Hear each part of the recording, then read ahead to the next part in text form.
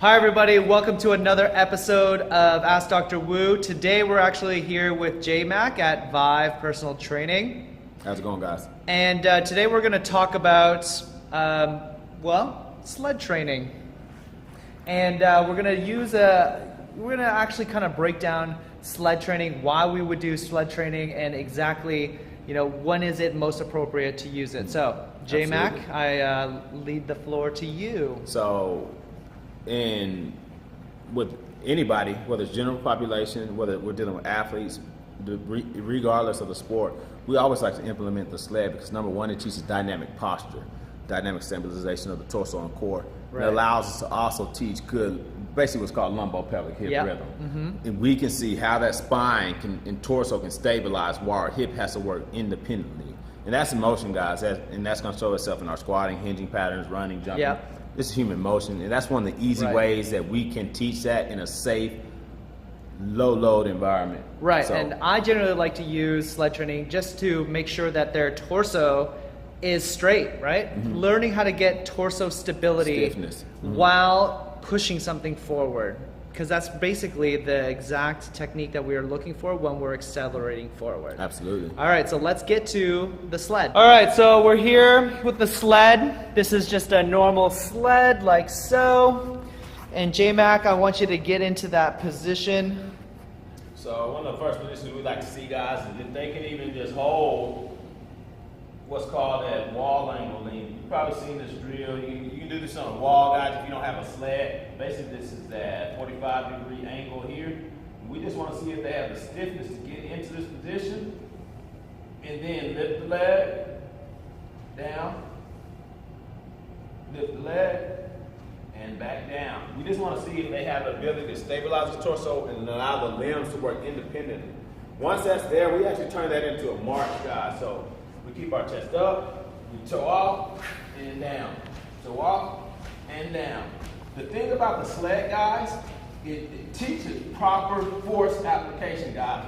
In order for that sled to go forward, I have to push down and back. That starts to teach the athlete, the individual, to apply force in the proper vector direction, down and back. So chest is up, and we accelerate back. There's many angles, guys. Depending on the position, we may go here, we may go down to the handle, we may go all the way down. Now we get into different push angles. This here is more resemblant of what we have to come out of when we're down on the ground, guys. And it starts to challenge the body in those different angles. So those are some progression we use. We always start up high, then we go mid, then we go mid-low, then we go all the way to the bottom. The lower you go, the more friction there is, the heavier the weight gets, guys. But those are the same requirements that we have if we are doing any acceleration work, 3-point or 4-point, or even a stand-start. So a couple of things that I really love about the sled, and John, if you can actually get back into that 45-degree angle, is some things that we really actually want to think about is when we pull up that lead leg, so pull it up to that right. I want you to notice that his shin right here and his calf is parallel with his trail leg. The other thing that we want to notice is that his toe is up, right? He keeps it dorsiflex. The last thing that I want you to notice is that his hip is at 90 degrees. This is going to create the most power, and he's pushing off that lead or that trail leg. So let's march just a little bit. There you go. Keep on going. And we also want to notice that nothing in his torso is moving while we are marching forward. So these are the kind of key points that we want to make sure that we're hitting while we're doing this wonderful, wonderful push.